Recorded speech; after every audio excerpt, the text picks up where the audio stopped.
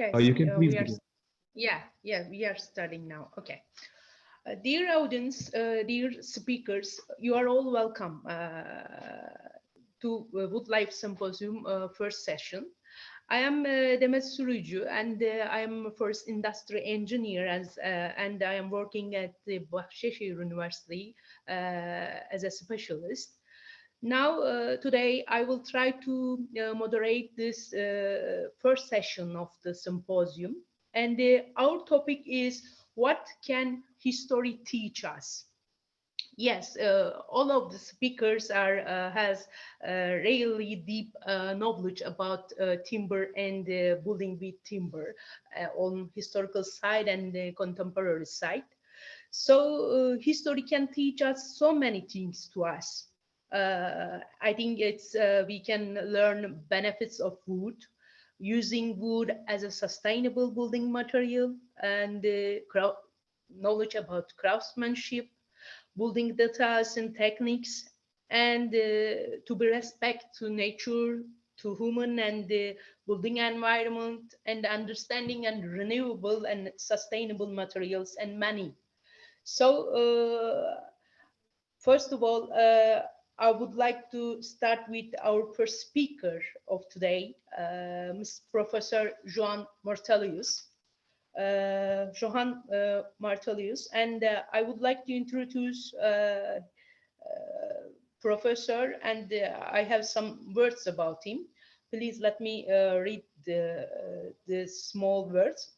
Johan is an architect and Professor Emeritus of Architectural History at KTH Royal Institute of Technology, Stockholm, with a wide interest in classical and vernacular roots of architectural culture. He has also special interest in Eastern Mediterranean regions, with the continuous connection to the Swedish Research Institute in Istanbul. Mr. John, word is yours, please.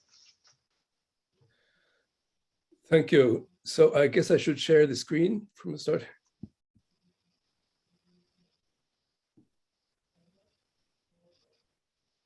Right? You see my screen?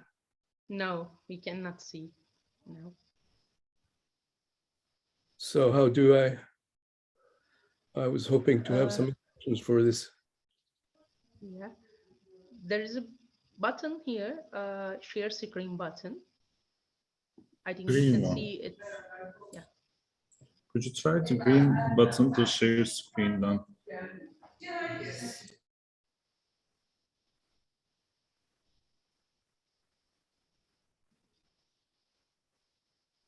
Sorry, I don't see.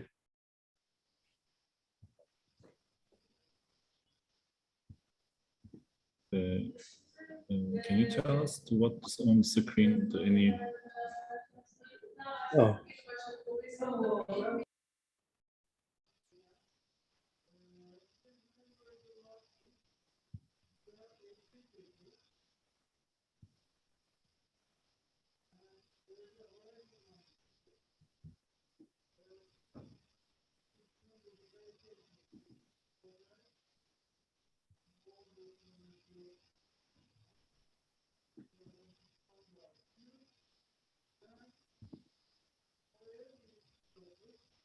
Still not seeing my screen?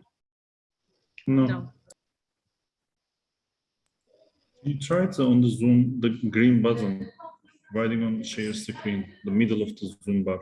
Yeah, share screen. Then select the screen and the blue button for the share screen. Oh, yes.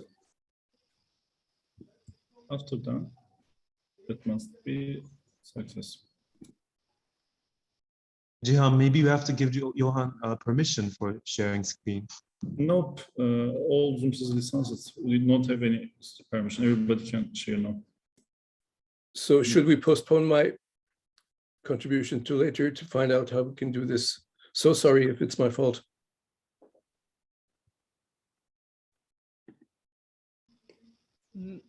Maybe we can, if it's not a problem for you, we can start with another speaker. Yeah, it seems possible. better. Sorry for this, it's my fault. No problem. We will wait for your presentation and solving the technical problems.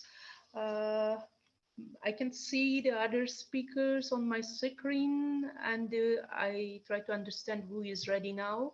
I am just only seeing Eleftheria and Miss Olcay Aydemir. Now I would like to ask who can be first speaker today. Olcay, can you be our first speaker today? Thank you. And now, if it's Olcay, our first speaker, I would like to give some information about who is Olcay Aydemir. She is an architect, and she has a good knowledge about restoration of monuments and historical buildings.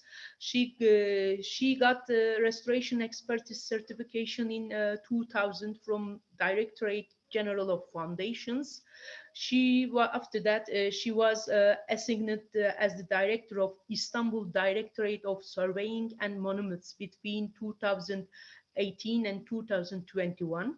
She provides consultancy on the protection and the maintenance of cultural heritage.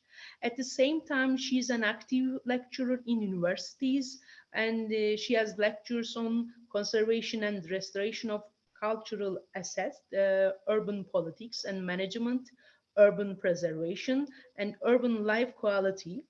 Her studies are continuing focusing on the legislative arrangements of preserving and conserving cultural heritage. She actively gets part in related projects. Olcay, word is yours. You are the fourth, but now you are the first speaker. No matter, no problem. We are ready. Thank you very much, and have a nice meeting today. I will try to summarize some of our works in Istanbul about wood conservation. Of course, we have a lot, but I'll try to choose the best ones and best useful ones. So I hope it will be a good presentation. Now I will try to share screen. How will I do it? Okay. Excuse me, but I want to begin with the word that Roberto Calazzo, but then on knowledge is a physiognomy. Yes, because at the end, the city is that what we see. It is very important. In architecture is a very visual thing about the buildings and about the city. So maybe I will begin with the facade restorations of Fatih especially, and then I will try to enter the palace, Topkapi Palace, and other examples. You know that in Turkey we have a lot of UNESCO cultural heritage area, and today I will try to tell Zeyrek area. The first Istanbul region is accepted in 1985, Zeyrek region. This is the one view of Zeyrek region. You know that Istanbul have 4 areas, cultural heritage area in Istanbul, and 4th of them is in Fatih, and one is Zeyrek. And you know that we have 7 hills in Istanbul, and this 7 hills is still at Fatih too. This view is from 3rd hill looking to the 4th hill. I mean, we are looking to Zeyrek region here from Süleymaniye to the Zeyrek. And this is the borders of this area, Zeyrek area, UNESCO heritage area. And the dark ones are mostly historical monuments and civil architects. You know that it is too much. It means that we have a special preservation plans for this area. So I will give some examples from the preservation. Of course, to have a cultural value is give some responsibilities to all of us, especially municipalities too. So Fatih municipality has some works till 19th for preserving this historical civil architecture, because monuments are preserved by the some institutes, governments, especially civil architects is preserved by the municipalities or peoples themselves. Now, I want to tell you some facades and some preservation of the civil architects examples in Zeyrek area. This is a stone masonry, but I wanted to show you how we do it. This is one example. This is a wood example. Here is a small touch. Some of them are very small repairs. Some of them is very qualified restorations. Municipality has some criteria about choosing of these buildings. First is that you have not a chance economically to preserve these houses.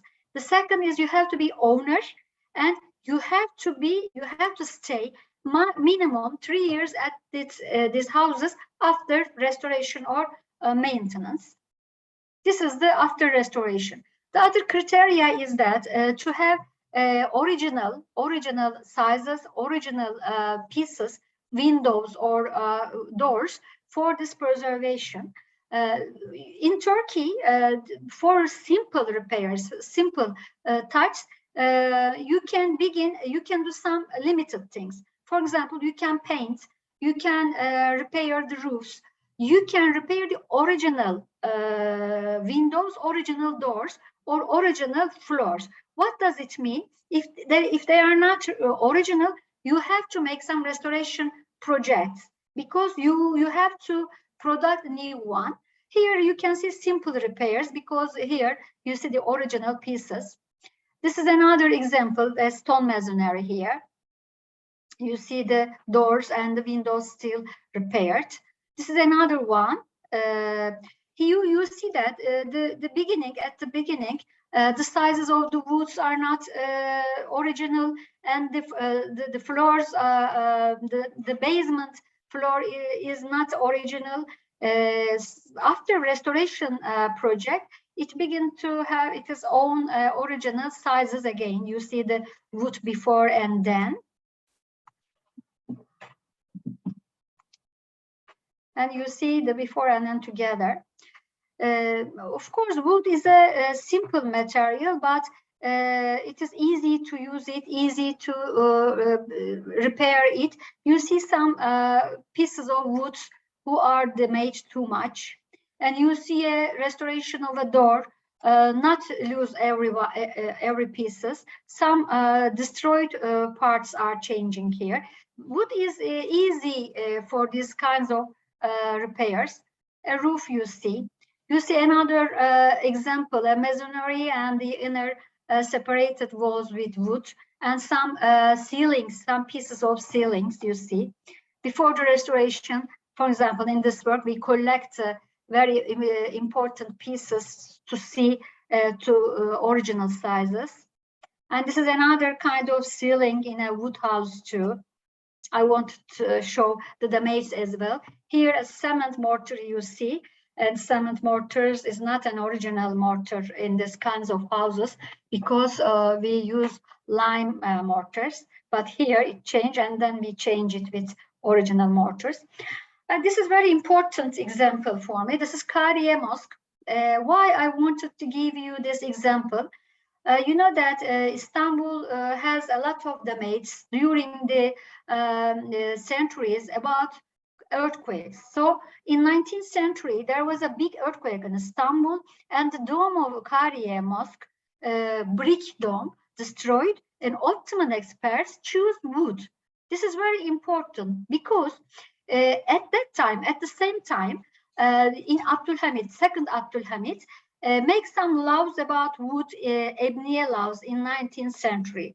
It means that after these earthquakes, some architectural laws and principles changed by these laws. What does it mean?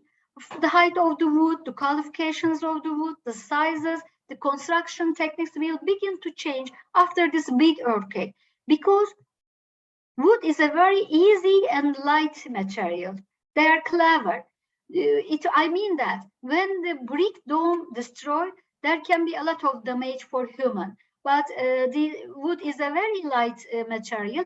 And you see that the technique here, it was really very surprise for me because we find it in restoration and then find the style you see.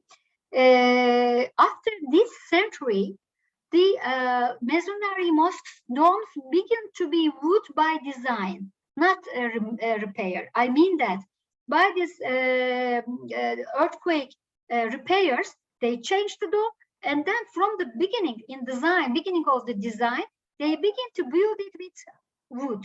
It is very important point for this big and high size monuments. For example, Sadabad Mosque is designed by wood, not then, at the beginning. After these decisions, you see some examples. This is the example of Sadabad Mosque.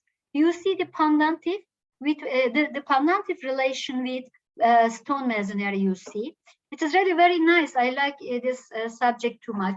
And we begin to Topkapi Palace. Here you see the Hazine, the parts domes with wood. It is still the same. You see, like very similar to Kariye. And now I say that the city is that what we see, but I can't say the same thing for Topkapi Palace, because you will see very simple things in appearance, but when you enter it, you can see very rich, very voluble woodworks. Topkapi Palace is a difference from the civil architects. You see some examples, some constructive elements in the Topkapi Palace, and inner size, the pieces of woods and design you see. A simple Turkish house. This is the third Osman house, but the inner part is very rich design, very rich woodworks in it. So I want to underline again, wood is very easy to make these kinds of special products in inner size for very rich alternatives to you. This is a very special part of Topkapi Palace too. You see the wood pieces here very closely. Of course, it is easy to maintain these pieces. And it is very important that in the palaces, uses of wood by this earthquake effects, and easy to add some rooms inner side, and to make some rich construction in inner side. Some pieces of woods in the palace. It was a very, very important, very valuable piece. I can say that after we cleaned some paints, you see still it is alive. So only very small touch is enough for maintenance it. You see some wood pieces here in the left side. Would give you this kind of rich designs and rich touch to the inner side, inner facade. You see that Yemiş Odası, a very important part of the palace. You see that these wood places is like you see the other side, and in front and back, you see. It's very simple, but in the facade, you have a very rich design. Would give you this chance. So I like this example too much too.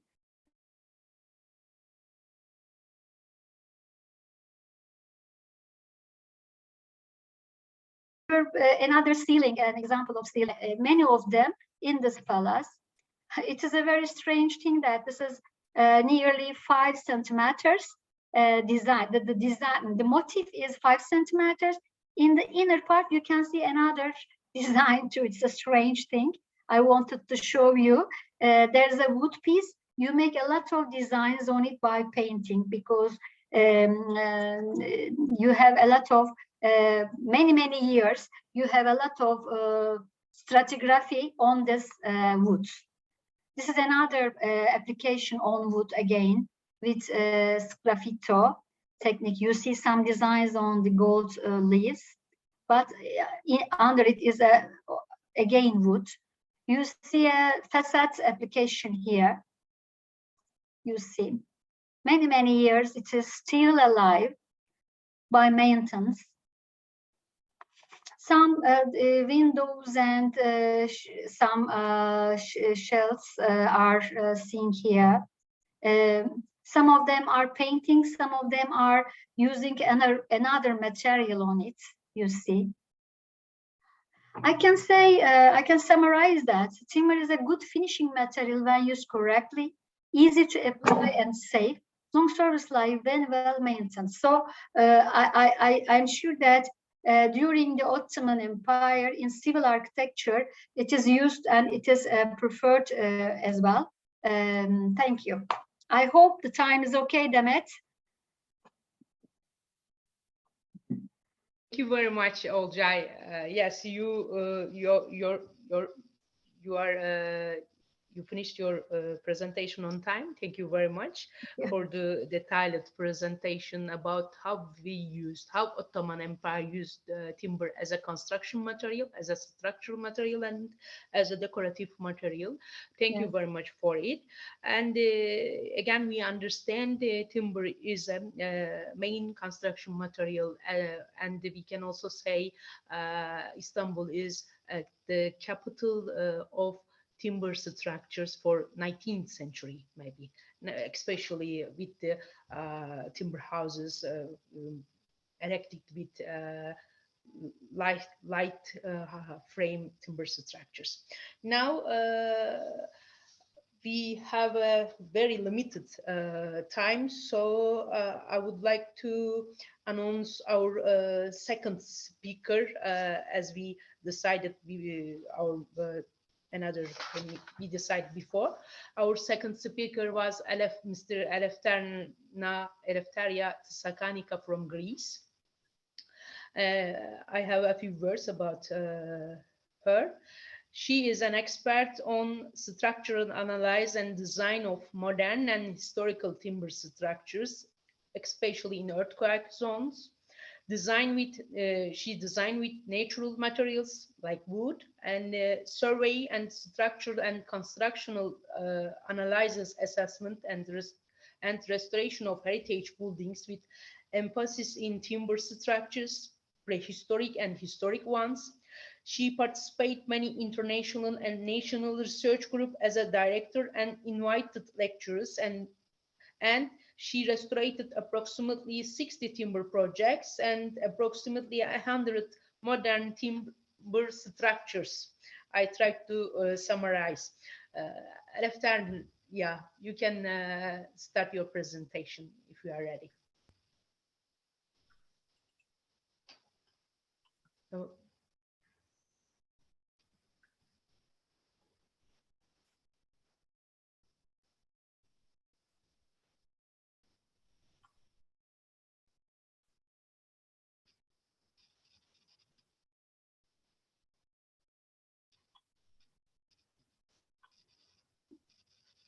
yes. Thank you very much for. I'm sorry, but do you see my full screen or no? No.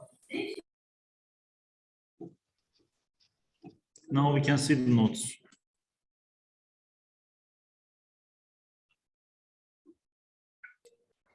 Now full screen. I want to thank the organizers of this museum and Mr. Vigor for the invitation and the opportunity to give me to join this circle, which is in this case open. And as a being a structural engineer working and teaching architects, I strongly believe in what your organization highlights, that the interdisciplinary collaboration, the interaction, and the exchange of knowledge and experience is the key for the future. And of course, any move forward needs to have a strong base. And the strong base is the knowledge and experience we can gain studying the past, the achievements of the past and the mistakes of the past, our history, and what history can teach us about timber. Well, in Greece, where I come from, timber usually is a part of the building, as especially of the last centuries, as in most areas about Eastern Mediterranean of the previous Ottoman period, and very few buildings still exist like this in northern Greece. And when I speak about timber, many people ask me, in Greece, do you really have timber structures? Because many, except the examples that I showed you before, we have buildings like this in my hometown. And this is a question that I usually ask to my students, are these masonry buildings or timber ones?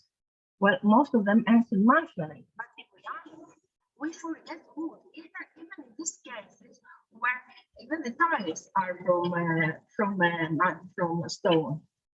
We forget wood, that even in these buildings, the roof is timber, the floor is timber, the internal walls are timber, sometimes the external walls, as we showed before, and the windows are timber, and even the timber reinforcement of the masonry is timber. So what is masonry? Less than 50% of even these buildings. And as I told you, even masonry is reinforced with timber, with this horizontal timber system, which is used for 10,000 almost years in this area of the world, helping masonry buildings withstand earthquakes. But we can see that studying them structurally as engineers, but do they really are for earthquakes? Some people ask me. Well, studying them, we see that even the word we use in ancient Greek is called imagosis. It means something that is tying the building. And I searched different languages, and I saw that the same word is used in other languages. Even in, I think in Turkish, hati, it means a bell, showing exactly the structural role of this system. And what history can have, the historical document. I found in during my doctorate saying in the Old Bible that a wooden beam firmly bonded in a building will not be torn loose by an earthquake. So the mind firmly fixed on a reasonable counsel will not be afraid in Christ. In Greece, we have many earthquakes, and in this area we have a lot. And for this reinforcement of masonry systems from prehistory. Excuse me, Eleftheria. Yes. We have a problem with your voice. It is not clear. Can you check your computer or audios? Or microphone. Can you check it, please? On the Zoom, the left bar, you can select your microphone, and now we have sound is some what's the name? Okay, echo is some is with noises we listening.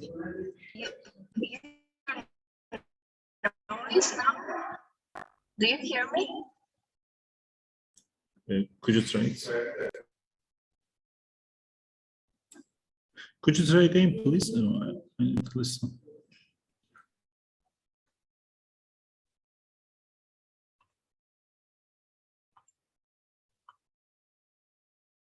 Yeah, can you hear me? Yes, Eleftheria, we are hearing you. Okay, now better. Yes. Okay. I was saying that reinforcement of masonry and timber anti-seismic systems from prehistoric periods have been developed for so many. I'm sorry. For thousands of years. So we learn from the past. We have to learn from the past. The role of timber is extremely important because ingenious systems can be found that can surprise the modern engineer who in many cases realizes that he discovers through modern analysis what has been discovered hundreds of years ago. There is a lot of hidden knowledge, even in the most poor or humble ones, about the effort of the traditional builder to save the building and withstand the forces. Timber is always present when people have to withstand earthquakes. With many systems, anti-seismic ones have been developed in Portugal, in Italy, in Greece. And we learn from these examples, as in this case, it's in Messina earthquake, or in Greece and Mytilene 3 years ago, when this system kept standing some buildings. And we have to understand them and use them again in order to save our buildings, not turn them apart or demolish them. As in this case, this is one of the best examples I have seen. It is the restoration of the Ottoman school in Chios, where they discovered these systems and they showed it to a very didactic restoration example in the F48 of Chios to show this system that helped the building withstand earthquakes. And before anything, we have to try to understand the original structure and see all these details that the old carpenter has done in order to tie his building. You see here these little pieces of timber trying to connect this beam with this timber reinforcement. Structural details that we see in recent manuals, let's say in American manuals that show us how to tie a timber building, developed and found several years ago. And all this give us ideas in order to restore better our building, as in this case about in the Turkish mansion in Rhodes, where these decorative frames, which are made with very poorly, can be used in order to help the building withstand earthquakes, taking ideas from the anti-seismic systems we studied in our areas like this in order to help them and restore them correctly. So studying these all structural systems are worth recognized and preserved not only for theoretical reasons, it's mainly for practical ones, since their study dictates the interventions for each one and compatible reinforcements. In Greece, many times they take out the timber roofs or the timber floors and change them with concrete ones in order to improve their behavior in the earthquake or make a diaphragmatic action. Well, we can do this with timber. The diaphragmatic action can be improved using plywood sheets or OSB sheets and can be used in restoration works instead of concrete ones. We can use also this original system of reinforcing masonry instead of concrete rings, connected with several ways, simple or more sophisticated one. This is a sophisticated one with dowels or with timber elements encased in masonry in order to anchorage the timber roof and the timber floor to the masonry. We can really, and there is a distrust for timber, at least in my country. Is timber durable? Well, we have just again to learn from the past and look back and see all these wonderful structures that are staying there for many, many centuries, from the 12th century and 11th century, proving us that yes, timber can be a durable material, and we can learn not only from the past, but we can learn from each other. I was really surprised when I was seeing what was happening in Norway in order to preserve these churches using this tar preservative. I was surprised that I found it in my homeland, in the northern part of Europe, used in a special in a village in my area, in Iberos area, the same exactly technique of producing tar that is used also in Norway or in Sweden. Also, durability by design. We can also see what was going on in the past in order to see how can we improve our structure, our new structures. And these examples are in front of our eyes. Little pieces of timber are used in several examples in order to protect the most valuable load-bearing system inside. And these little pieces can be used as sacrificing elements, I could tell them, that can be changed from time to time in order to protect, as in this church, the magnificent load-bearing construction painted with Byzantine iconography. And if we see this building and you see this in this condition, what would you say? Could these timber parts of this building be saved? Well, yes. Almost 70% of the original timbers and the original timber structure was saved using simple and sophisticated techniques. It needs just to have the willingness to do it. Yes. Coming back to Turkey, in Principal Greek orphanage, can this timber building be saved? Yes. Not all, an important part. Yes. Because there are nowadays the techniques to do it. Yes, because those silents carry so many heritage values. Yes, because there is the willingness to do it. Even if it was abandoned since 1964, and the extreme weather conditions and the lack of maintenance have extensively damaged the building. It is a unique construction, 122 years old, a landmark of the Princess Island, and symbolic construction of timber architecture heritage worldwide, since it is the largest timber construction in Europe and one of the 3 in the world. But it is not its value, just the size and its height, which is 5, 6 at least floors.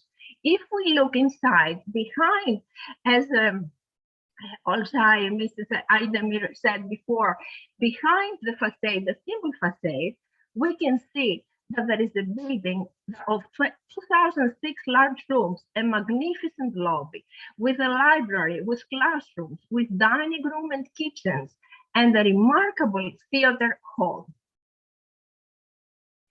It is also an important example for the structural system because it represents the transition area for Istanbul, very important from industrialized and standardized to industrialized and standardized construction elements. As the chair of Europe and Austria says, you cannot find another timber structure built with these techniques on this scale from that period still standing. That makes it so magnificent. And if we see the ICOMOS principles, it says that the value of architectural heritage is not only its appearance, it's also the structural parts, it's also the building technology of its time important. So we have to protect and save not only the morphological part of the building, a very important part of its architectural value is the load-bearing system. If after the restoration will be hidden forever behind pilasters or over the ceilings, we have to include authenticity also for the invisible parts of the building. And this building also carries a social and spiritual value to the of its history. Since it was a symbol of collective memory, it was an orphanage since the beginning of the 20th century, adding high symbolic and intangible values to the other ones. And this high emotional memory needs to be saved too. This cultural moment remained unknown and silent for half a century. It is important to bring it in front. The building is a part of the heritage of Europe. The building is a part of the heritage of Istanbul.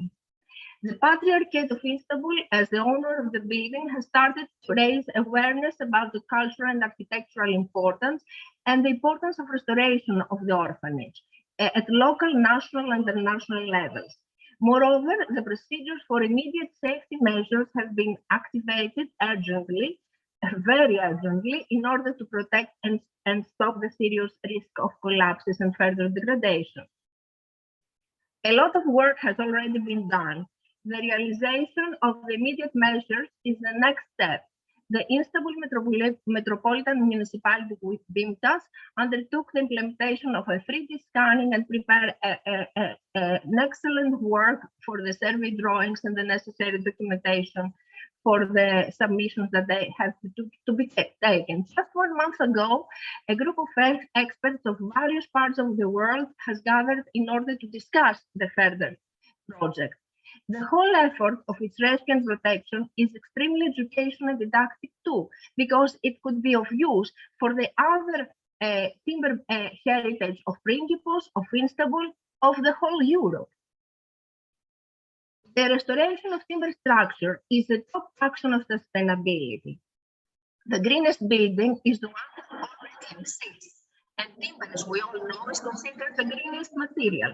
Ken Kukuma says that concrete and steel were the materials of the previous century, and wood is the material of the 20th century. The historical structures, humble or important ones,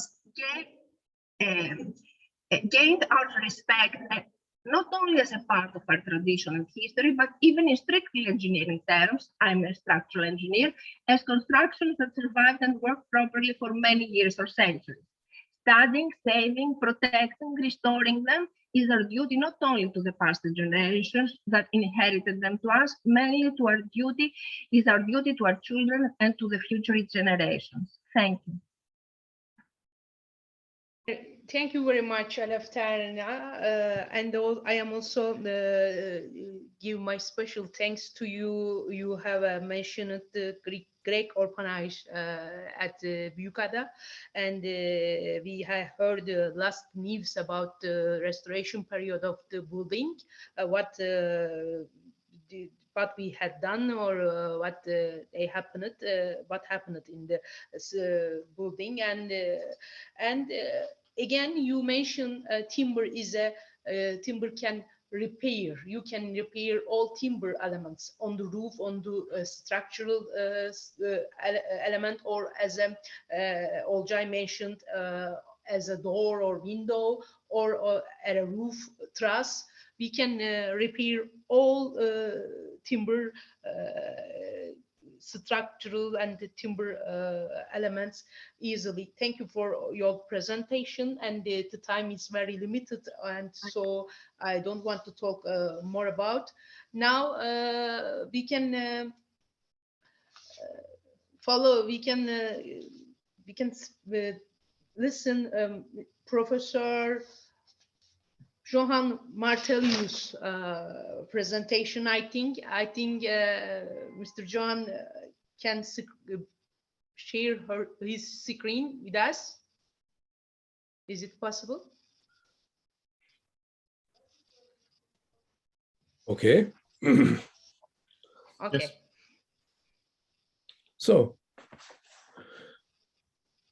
right?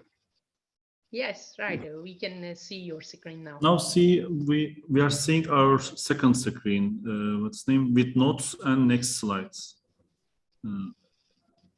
Yeah. Main screen is another, I think, different.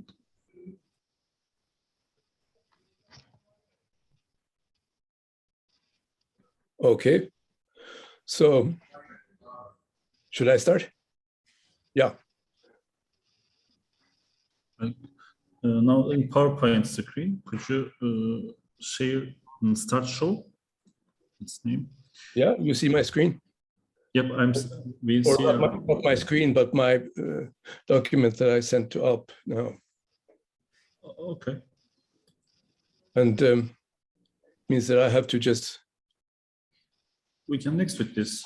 say a word when I want to change the image. Just a second. We're trying to connect. We're trying to open it up.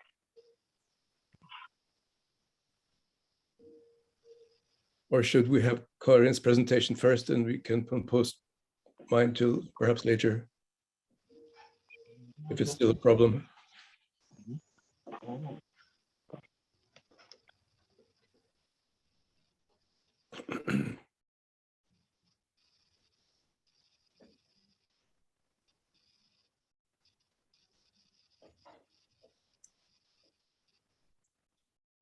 Yep. Are you seeing it right now?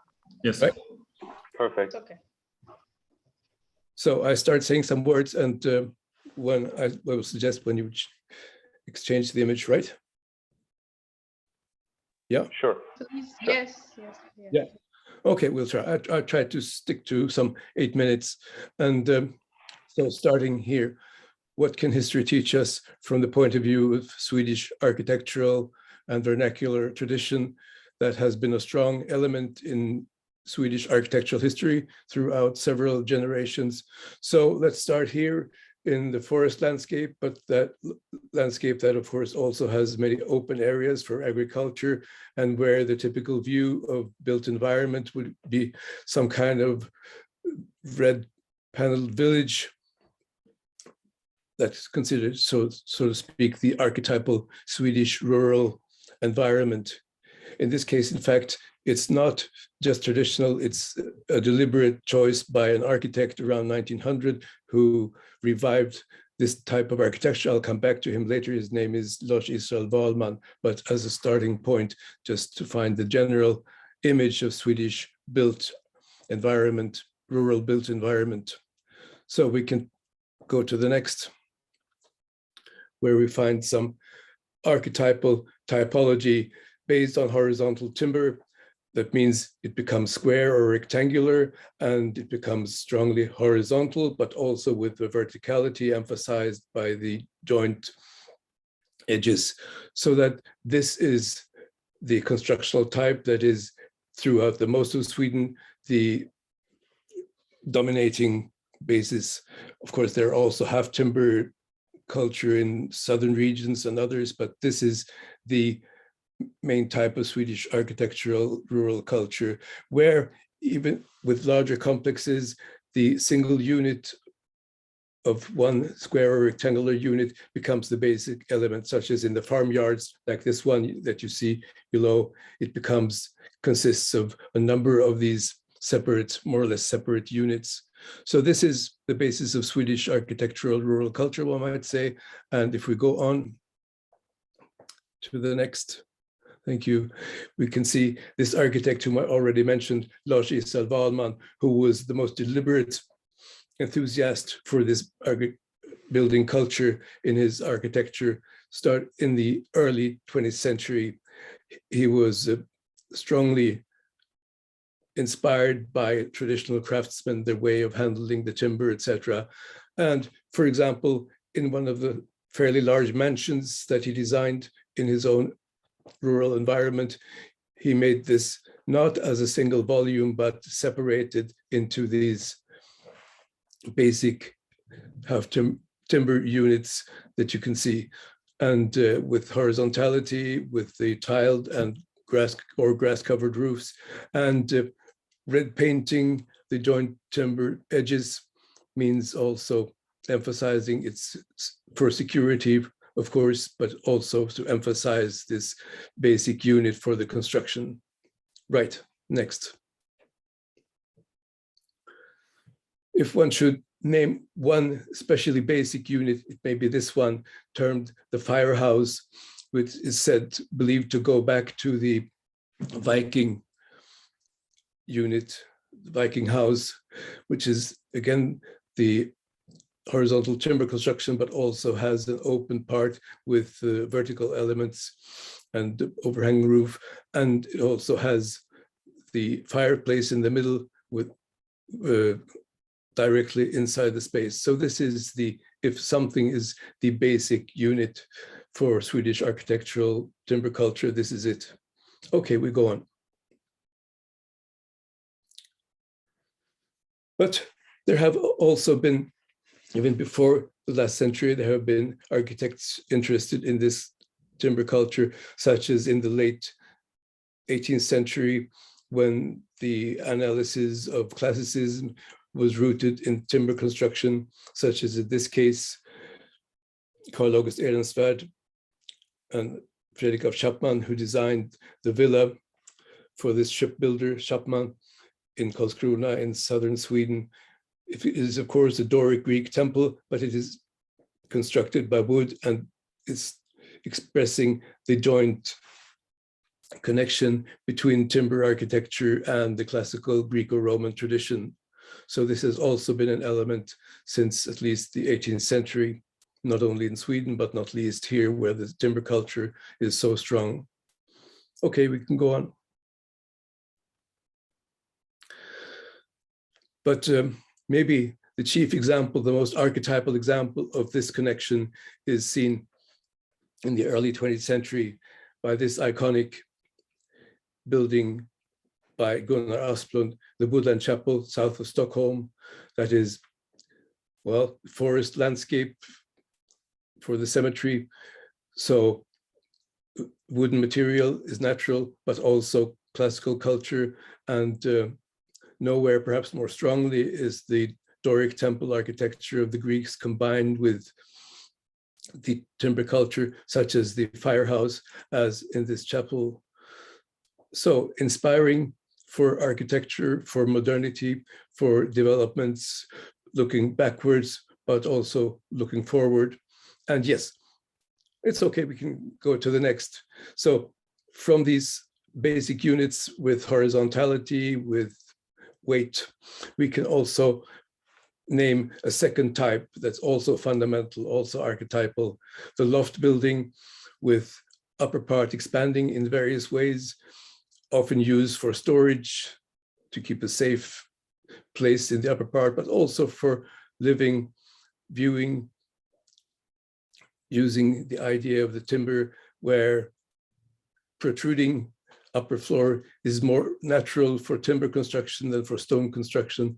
So one could say that if stone construction has its basic in the cave, in the mountain cave, then this is more like a tree expanding the upper part, and this became also a frequent basic type for rural environments in the Swedish landscape. These are just three traditional examples. Okay, we go on. Next.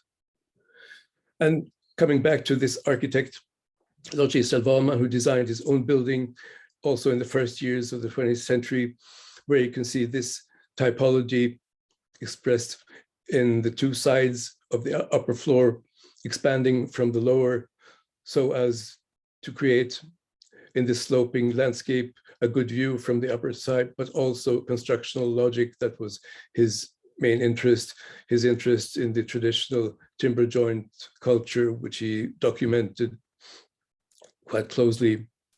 So again, also this type had its connections and its steps forward in the 20th century and onward.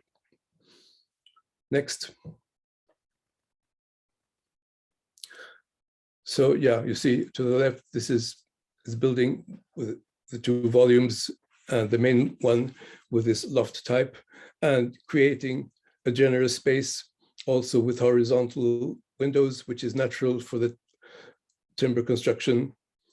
And on the right, you see a building that maybe seemed to be derived from it. This is Sigurd Leverance's rowing clubhouse from 1912. That was built also on the outskirts of Stockholm and by the water edge, with a simultaneous generous upper space, also where the roof silhouette is expressed in the interior. So continuity from this around the turn of the century onwards to Leverance, who became, along with Gunnar Asplund, one of the key modernists in Swedish architecture. One can find, if one wants to have a specific relative backwards from this, one can name the Ornäs loft from the early 16th century, one of the archetypal buildings in Swedish history, partly because of its connection to the King Gustav Vasa, but also as an expressive example of this loft building with its expanding upper floor. But also one can find other connections. Deliverance was interested also in Swedish culture, but even more so, it seems, although he was quite silent about his own sources, in looking eastward. So next. Yeah, he must have been inspired also, I would say, by the Yalis of Istanbul. Although he did not visit Istanbul, he was actively interested in the Eastern architectural culture. And here, of course, this location by the waterside and the expanding upper floor for viewing and other aspects, and natural in wooden construction. This also can be considered to be one of the connections between Swedish and Turkish architectural culture. Next. If we go just briefly into the urban tradition, in Sweden, we found the horizontality, the street level to be dominating the gable houses in some cases, whereas here we find a different, and what you already saw, this is again Zurich, whereas the Turkish urban wooden culture is sticking to this expanding upper floors.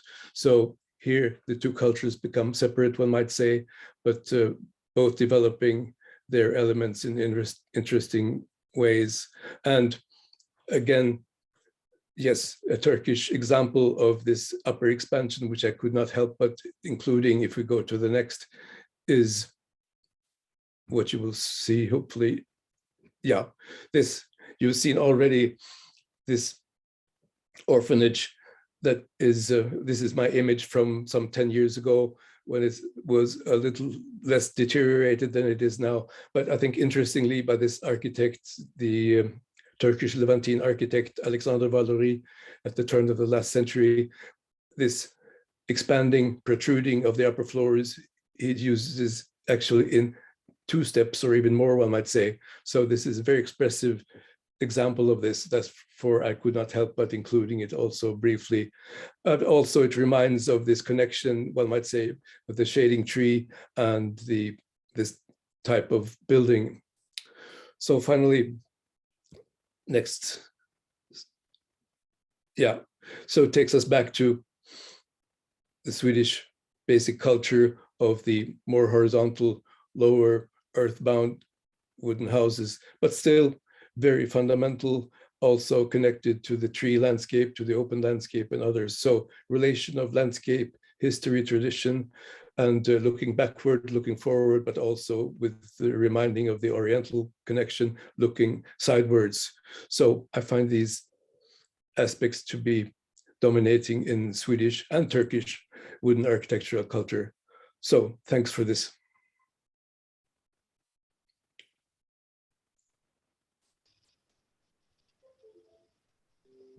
This Thank is you what, very much. this is again what you saw in the first image, Loshisa Waldman's workers' housing for a manor house in well, southern, one might say, Sweden. Sorry. Okay. Okay. Okay, thank you very much for your presentation. Our last speaker is Dr. Architect Karin Löfgren from Sweden, Arkitekter. And in almost 30 years, she has been deeply involved in both the science around wooden architecture as well as designing and building projects in wood. Today, she shares her time between the work for changing the way we build into better practice for climate and sustainability and leading the strategic work around wood with her colleagues at Arkitekter. Now, word is yours, Karin. Thank you very much. Is my screen seen? Yes. Yes, and I just see if I can make it a little bit better. Like, but do you see it better now? No? No. Oh, okay. Then you would just take it like this. Is that okay? Is it okay to have it like this instead of trying to?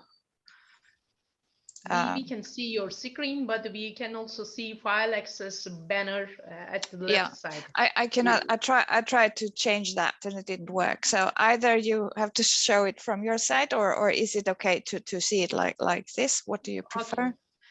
Okay, we not problem for us. Okay. How you want. I'm going to talk of a very minuscule, very small modern project just finished a couple of years ago. I'm sorry, Tuva says here that I should try my own screen again, but do you see it, the whole screen? No. We see with the tabs to the left bar, we can see the small names of the documents. Okay, then we're just continuing like this. Not full screen. No,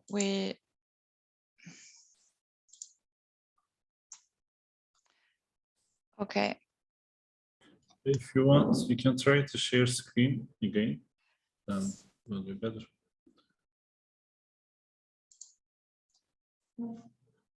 Yeah, this just gets worse.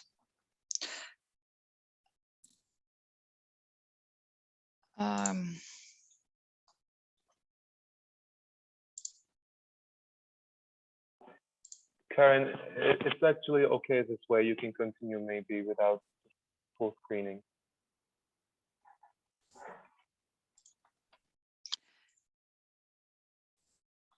Yeah.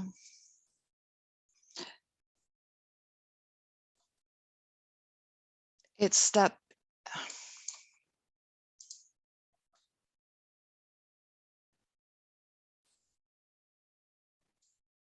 Yeah, we try it like this. Okay, I'm going to talk about a wooden shelter called Kata Church. What can history teach us? In Varnhem, an old stone church was being excavated in 2005. These findings were excavated in a process open to public to visit and follow. The dating of the stone church says early 1040, but the stone church was built over an earlier wooden church on the same site. On the north side of the church, a grave of a powerful woman was found. She was a female owner of a great manor of a premises over 1,000 years ago. She was known to her name Kata, and she was buried by her husband Ketil. This information is found on a rune stone close to the grave. And I'm talking about the place here in the circle. Around the church are found several thousands of graves, and about 300 of them have today been excavated. These graves are all made in the Christian way, and the oldest being from around year 900. This period in Sweden and in this area in particular was a time of transition from old Viking religion to Christianity. Other much older findings were objects even from the Roman Bronze Age around year 100 after Christ, and there were found wine spoons, bronze pitchers, and skeletons from a greyhound dog, not at all common in these areas and period. Around year 1000, Vikings were working as mercenaries and personal guards for the East Roman Emperor in Constantinople. It's thus fair to say that even in those times, there were links between the people of Scandinavia and the people of today Turkey.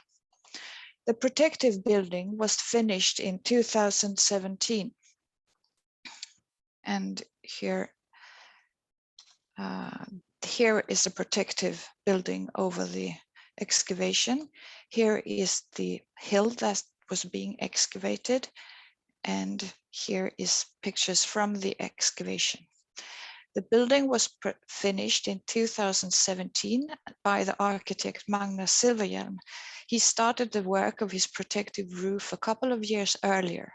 In a conversation with the Archbishop Anders Weirud, they tried to form an idea of a container of time using the triangle as an archetypical form. An economical idea merging three world religions formed around Abraham into the triangular symbolic form. The building is not religious, but it's a container of the human spiritual thoughts open to all, regardless of background. The technical purpose of the protective roof is to perform a weather shelter over the by now again exposed, excavated, fragile limestone walls of degeneration by sun, rain, and frost blasting in winter. The roof is lifted up over the grounds to provide an ample ventilation for the best preservation of the walls. The functional purpose is to provide a physically easily accessible room for visitors by an elevator, as well as by an easily walkable path dwindling from the other parts around the church and a monastery ruin, so that also disabled and children in strollers can enter into the museum under. The roof is also a house of an exhibition showing the fragments of the excavated church, the graves, and in particular the grave of the woman Kata and the excavated findings coming from far away long.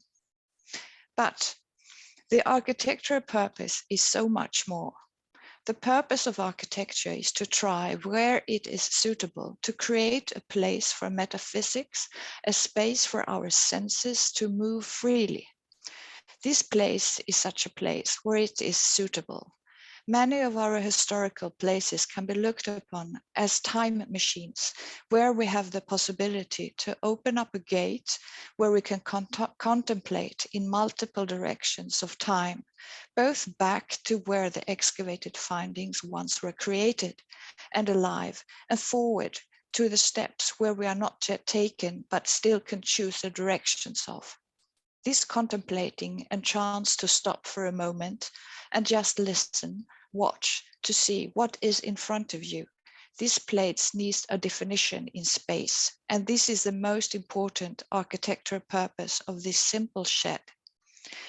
If lessons is to be taught by history, we must have a bench to sit down at where we can listen, a safe space, safe from harsh winds and the rain, safe from others writing our thoughts, free of others' imagination forced upon us, a place for our own wandering thoughts and imaginations. This roof is therefore a protective roof, not only for the historical fragments, but as much a protective roof for the visitors of today. And I continue a little bit where you see the excavation walls, and here comes the construction of the new shed coming on top, and here is it a little bit from the outside. With this purpose in mind, the small building was designed with care to penetrate the ground with its very few and irregular foundation plinths. The plinths could only be placed where they did not penetrate any grave or old walls. A sturdy girder beam then distributes the forces of the roof trusses. A triangular archetype-formed roof truss was erected and created, one large room with a surrounding path. Hanging down from the straining beam in queen posts, but instead of taking pressure, they were actually being a wadding tension rod. The tie beams of the trusses were replaced with tension rods in metal as to give a maximum of free sights into the remains of the church. Why this form? Why wood? Wood has always been used for roof trusses over stone walls due to its light weight, its readiness in the surrounding landscape, easy to exchange and repair as time passes on, easily to give suitable form after the layout of the walls underneath, and suitable to create an expression of its own, giving a character to the space underneath. We could have made the outer roof in metal, bitumen, or plastic, saying that it would last longer. But our choice was to use the traditional board cladding, covered with tar, and eventually it will be overgrown with moss and need to be replaced regularly.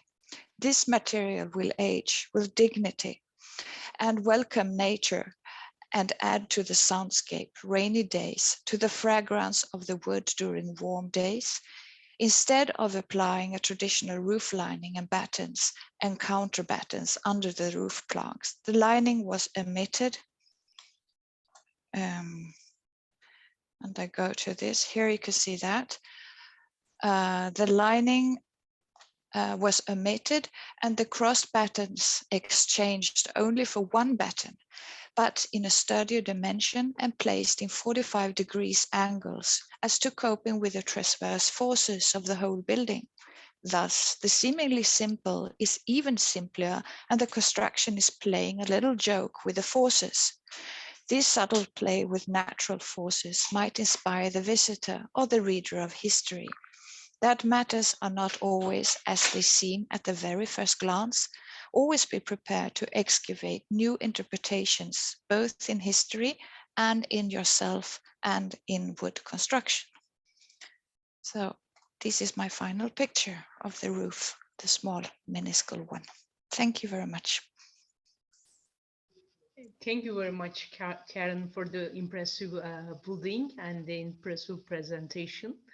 I think we are all we all finished all speakers presentation and on time. I am very happy, and I think it is the first presentation. We start with very fast for the Wood Life Symposium as a first session. And thank you very much for your presentation again. And I have notes from the organizer, and I think we have to continue with networking on the session area of on hopin.com. And but I would like to do some short summarize what can history teach us. History teach us so many things I mentioned before. We learn how we use timber as a construction material in our historical buildings, as Johan mentioned, in rural architectural of Sweden, and sometimes timber can change the history, as Yeni Kapı Marmara Metro project. Maybe some of the listeners or some of the audience know about the excavation in 2004. We have a really big excavation for a new metro project in Theodosius Harbor, and during the excavations, 37 ships dating between 5th and 11th century brought the light. Another surprise was waiting for the archaeologists. 6.3 meters below the sea level, Istanbul's oldest settlement found. And the Neolithic settlement dates back 8,000 years and changed the writing of Istanbul history. And I would like to mention, sometimes timber can change the history of the cities and countries, I think. Now, if you want, we can join to the Hopin platform for discussing and questions, I think. Thank you very much for all participants and